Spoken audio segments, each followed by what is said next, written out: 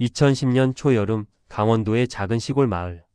구불구불한 시골길과 논밭이 끝없이 펼쳐진 이곳에서 정은주는 평범한 농가의 아내로 살고 있었습니다.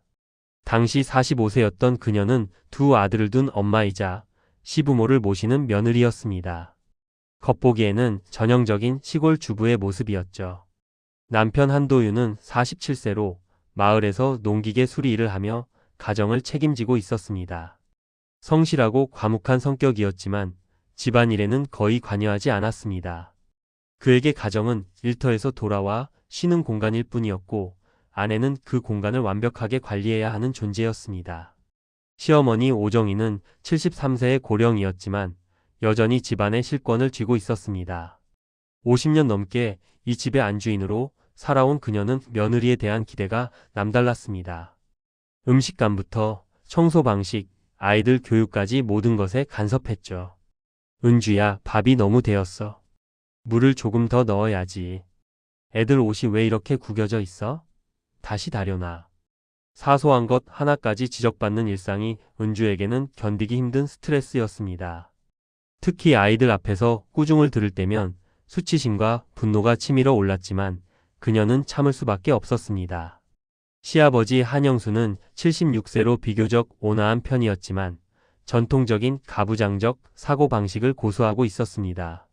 그 역시 며느리는 집안을 완벽히 돌봐야 한다고 생각했고 은주의 노고를 당연하게 여겼습니다. 은주의 하루는 새벽 5시에 시작되었습니다. 시부모님의 아침 식사 준비, 아이들 등교 준비, 남편의 도시락 싸기까지 모든 것이 그녀의 몫이었습니다. 오후에는 집안 청소와 빨래, 저녁에는 온 가족의 식사 준비. 하루도 쉴 틈이 없었죠.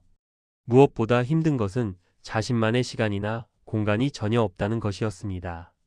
친구들과 만나는 것도 개인적인 취미 활동도 모두 집안일에 소홀하다는 이유로 제재당했습니다. 은주는 점점 자신이 이 집의 일원이 아니라 단순한 가사 도우미 같다는 생각이 들었습니다. 내가 뭘 위해 사는 건지 모르겠어. 밤이면 혼자 중얼거리며 눈물을 흘렸지만 아침이 되면 다시 미소를 지으며 가족들을 챙겨야 했습니다. 그렇게 억눌린 감정들은 마음 깊숙한 곳에 차곡차곡 쌓여가고 있었습니다. 언젠가 폭발할 화산처럼 말이죠. 아무도 예상하지 못한 채로 평범해 보이는 이 가정에는 이미 위험한 균열이 생겨나기 시작하고 있었습니다. 2011년 7월의 무더운 여름날이었습니다. 정은주는 평소와 같이 집안일로 분주한 하루를 보내고 있었습니다. 그런데 그날 오후 시어머니 오정희의 잔소리가 유난히 심했습니다. 은주야, 이 김치는 또 뭐야? 너무 짜서 못 먹겠어. 몇 번을 말해야 알아듣겠니? 애들 방도 이게 뭐야? 이렇게 어수선하게 놔두고. 남들이 보면 뭐라고 하겠어? 1시간 넘게 이어진 꾸지람에 은주의 마음속에는 분노가 치밀어 올랐습니다. 하지만 평소와 같이 고개를 숙이며 죄송합니다를 반복할 수밖에 없었습니다. 저녁 무렵 창고에서 농기구를 정리하던 은주의 눈에 낡은 농약병이 들어왔습니다. 제초제였죠. 남편이 과수원 관리용으로 사다 놓은 것이었습니다. 순간 그녀의 머릿속에 이상한 생각이 스쳤습니다. 만약에 말이야. 은주는 고개를 흔들며 그런 생각을 떨쳐내려 했지만 농약병은 계속 그녀의 시선을 끌었습니다. 그 작은 병 안에 든 액체가 마치 모든 고통에서 벗어날 수 있는 해답처럼 보였습니다. 며칠이 지났지만 그 생각은 사라지지 않았습니다. 오히려 시어머니의 잔소리가 계속될수록 더 강해졌죠. 은주는 밤마다 천장을 바라보며 자신이 무슨 생각을 하고 있는지 스스로도 놀랐습니다. 나는 나쁜 사람이야. 이런 생각을 하다니. 하지만 죄책감과 동시에 묘한 해방감도 느꼈습니다. 적어도 마음속에서만큼은 자유로웠으니까요. 7월 20일 아침 결정적인 순간이 왔습니다. 시어머니가 평소보다 더 신경질적으로 굴었습니다. 은주야, 어제 빨래는 또 뭐야? 제대로 안 말랐잖아. 이런 것도 못하면서 어떻게 살림을 한다는 거야? 그 순간 은주의 이성이 끊어졌습니다. 마치 오랫동안 쌓여온 분노가 폭발하는 것 같았습니다. 부엌에서 시어머니의 식사를 준비하면서 그녀는 떨리는 손으로 창고에서 가져온 농약병을 꺼냈습니다. 이번 한 번만, 조금만. 무색무취의 액체가 김치찌개에 몇 방울 떨어졌습니다. 은주는 자신이 무슨 일을 하고 있는지도 모른 채 기계적으로 움직였습니다. 어머니 식사하세요. 시어머니는 평소와 다름없이 식탁에 앉았습니다. 은주는 심장이 터질 듯 뛰었지만 표정만은 평온함을 유지하려 애썼습니다. 1시간 후 정희는 갑자기 복통을 호소하기 시작했습니다. 아이고 배가 아파. 뭔가 잘못된 것 같아. 어머니 괜찮으세요? 병원에 갈까요? 은주는 진심으로 걱정하는 척 연기했습니다. 하지만 속으로는 공포와 후회가 몰려왔습니다. 정희의 상태는 빠르게 악화되었습니다. 구토가 시작되고 의식이 흐려졌죠. 병원으로 급히 옮겨졌지만 이틀 뒤 그녀는 세상을 떠났습니다. 의사는 급성 장염으로 인한 합병증이라고 진단했고 고령이었던 정희의 죽음은 자연스럽게 받아들여졌습니다. 장례식장에서 은주는 누구보다 슬퍼하는 며느리를 연기했습니다. 하지만 그 슬픔 속에는 복잡한 감정이 뒤섞여 있었습니다. 죄책감, 해방감, 그리고 돌이킬 수 없다는 절망감까지. 시어머니의 죽음 이후 정은주는 잠시나마 평온을 되찾은 듯 보였습니다. 더 이상 하루 종일 지적받으며 살 필요가 없어진 것만으로도 큰 해방감을 느꼈죠. 하지만 그 평온은 오래가지 못했습니다. 2012년 봄, 남편 한도윤의 태도가 달라지기 시작했습니다. 어머니를 잃은 슬픔 때문인지 아니면 원래 성격이었는지 그는 점점 더 까다롭고 신경질적으로 변했습니다. 은주야, 밥이 왜 이렇게 맛없어? 어머니가 살아계실 때는 이런 적이 없었는데. 집안 정리도 엉망이고 애들 관리도 제대로 못하고. 도대체 하루 종일 뭘 하는 거야? 남편의 불만은 날이 갈수록 심해졌습니다. 특히 술을 마시고 들어온 날에는 사소한 일로도 큰 소리를 치며 은주를 다그쳤습니다. 은주는 다시 예전의 억압적인 생활로 돌아갔다는 절망감에 빠졌습니다. 시어머니가 죽어도 결국 달라지는 건 없구나. 그런 생각이 들 때마다 은주의 마음속에는 다시 어두운 생각이 스며들기 시작했습니다. 창고에 있던 그 농약병이 자꾸 떠올랐죠. 결정적인 순간은 5월 어느 날 저녁이었습니다. 도윤이 평소보다 많이 취한 채 집에 들어왔습니다. 야, 이게 뭐야? 반찬이 겨우 이것뿐이야? 다른 집 여자들은 어떻게 하는데 너는 이 모양이야. 도윤은 식탁을 치며 소리를 질렀습니다. 아이들이 무서워하는 모습을 보면서도 멈추지 않았죠. 내가 얼마나 힘들게 돈 벌어오는데 집에서는 이런 대접을 받아야 하나? 아이들이 무서워하는 모습을 보면서도 멈추지 않았죠. 내가 얼마나 힘들게 돈 벌어오는데 집에서는 이런 대접을 받아야 하나? 그날 밤 은주는 오랫동안 잠을 이루지 못했습니다. 마음속에서 끊임없이 속삭이는 목소리가 있었습니다. 이번에도 한 번만 더. 며칠 후 도윤이 또다시 술자리에서 늦게 들어왔습니다. 은주는 해장국을 끓여주겠다며 부엌으로 향했습니다. 손은 떨렸지만 마음은 이상하게 차분했습니다. 여보, 해장국 끓였어요. 이건 먹고 주무세요. 도윤은 불평 한마디 없이 국을 받아 먹었습니다. 평소보다 순한 아내의 모습이 의외였지만 취기 때문에 별다른 의심은 하지 않았죠. 1시간 후 도윤은 갑작스럽게 복통을 호소하기 시작했습니다. 아, 속이 너무 아파. 뭔가 잘못된 것 같아. 여보, 괜찮아요? 병원에 갈까요? 은주는 당황한 척 연기했지만 속으로는 이미 예상했던 상황이었습니다. 도윤의 상태는 급속히 악화되었고 결국 병원으로 이송되었습니다. 의사들은 급성 알코올 중독과 위장 장애로 진단했습니다. 하지만 치료에도 불구하고 도윤은 이틀 만에 세상을 떠났습니다. 과음으로 인한 급성 중독사입니다. 간과 위장이 심하게 손상되어 있었어요.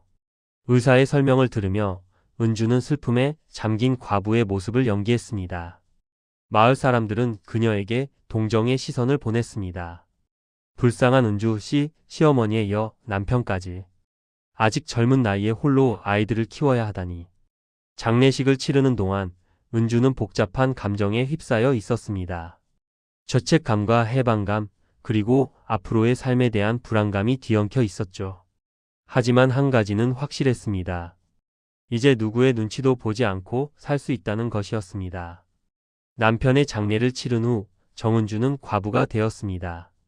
두 차례의 성공적인 범행으로 그녀는 이상한 자신감을 갖게 되었습니다.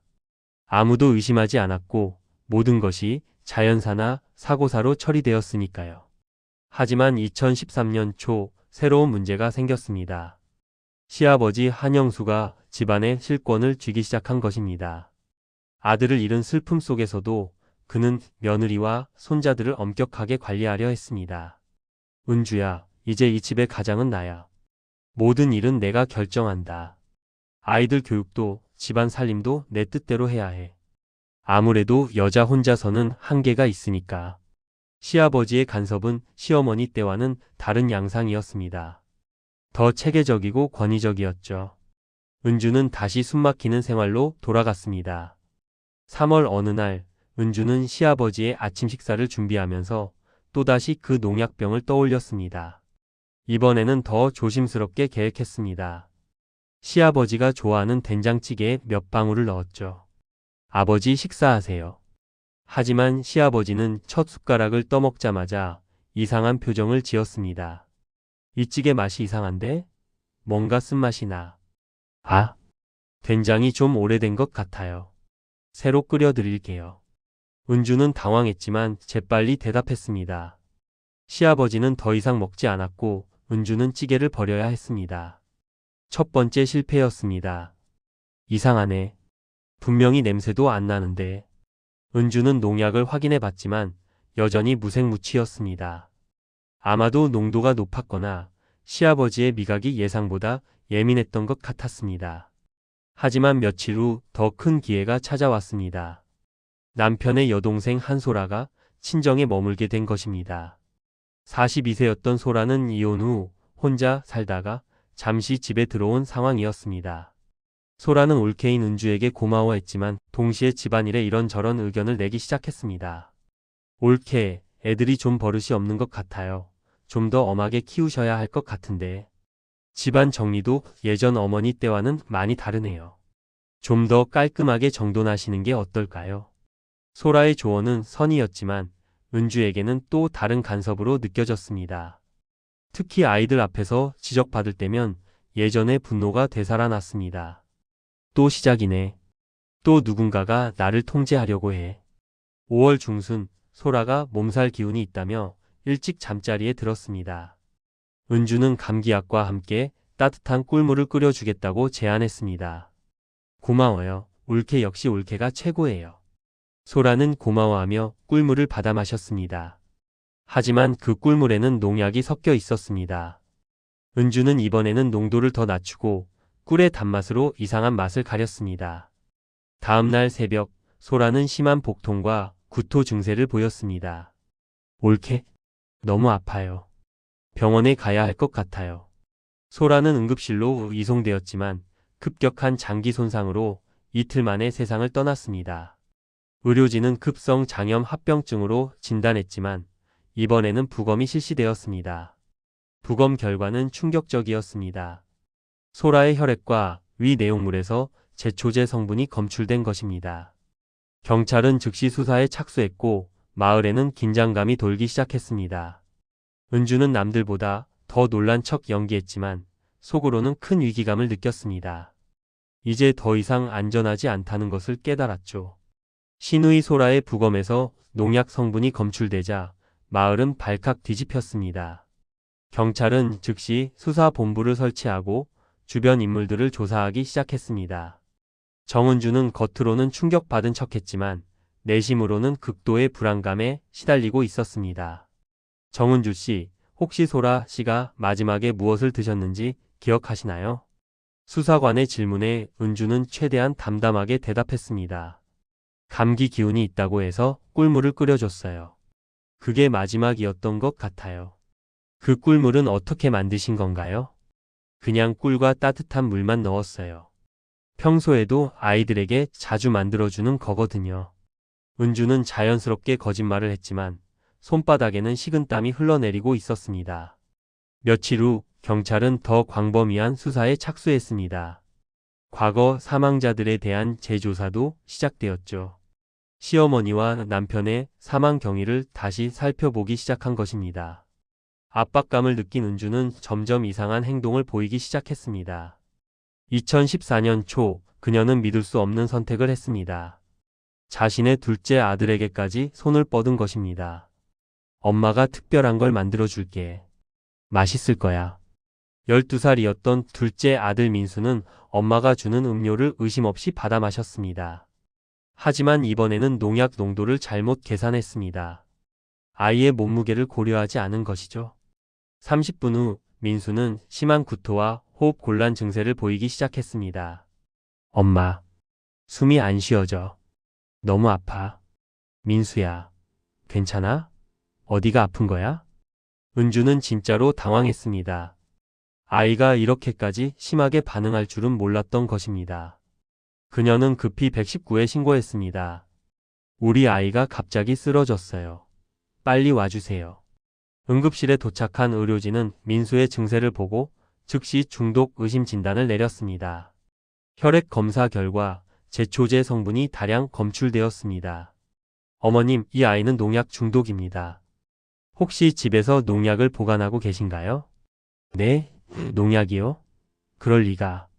아이가 실수로 마셨을까요? 은주는 놀란 척 연기했지만 의료진의 의심스러운 눈길을 피할 수 없었습니다.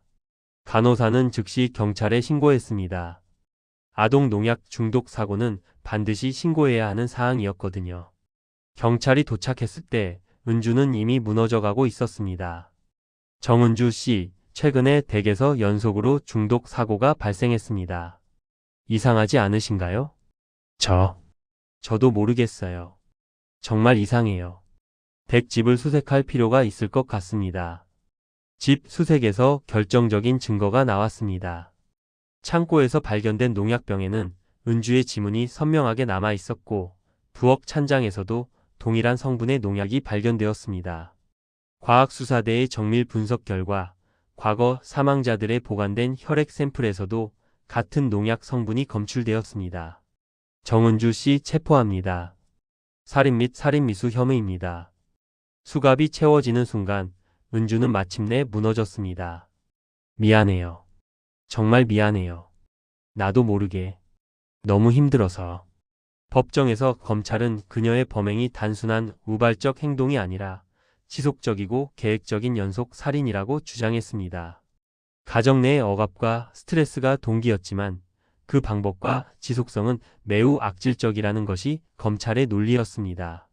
결국 법원은 정은주에게 무기징역을 선고했습니다.